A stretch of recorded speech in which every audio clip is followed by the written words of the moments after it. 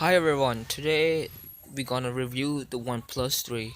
This is a 2016 flagship smartphone from OnePlus. Does it hold up in 2018 flagship device today? We'll find out. Now first let's look at the design of this phone.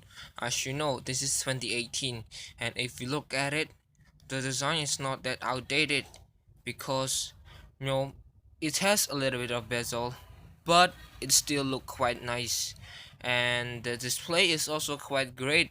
It is a 1080p display, but you know this is 2018 and everybody expect a lot of pixel, but for me personally this is a quite very nice display. It is bright enough to view and also acceptable for 2018.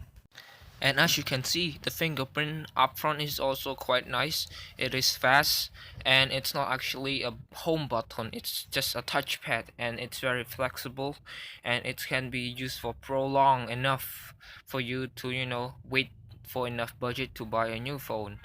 And if you look at the software of it is also quite nice of it.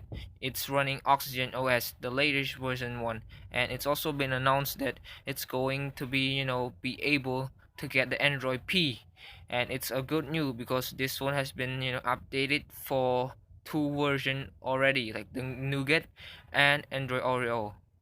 The performance of this phone are quite fluid and smooth, as it is a 2016 phone, and if you compare it with today's flagship, it can keep up with them wells, and I appreciate the performance of it. It's very fluid, and thanks to Oxygen OS it varies close to stock Android, and the performance of it, as you can see, it can play a very high intensive game without any lag, and it's very smooth, and I really appreciate OnePlus for keeping the software going.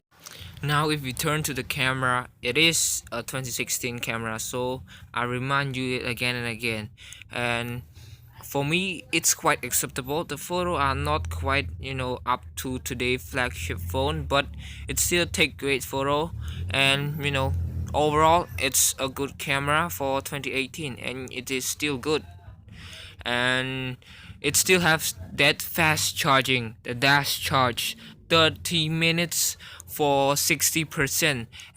To sum up of this phone, the camera is good enough, the screen is quite nice, and everything are also fine. And in the beginning I raised the question, is it a really good phone in 2018? And my answer for this is yes. Thanks for watching.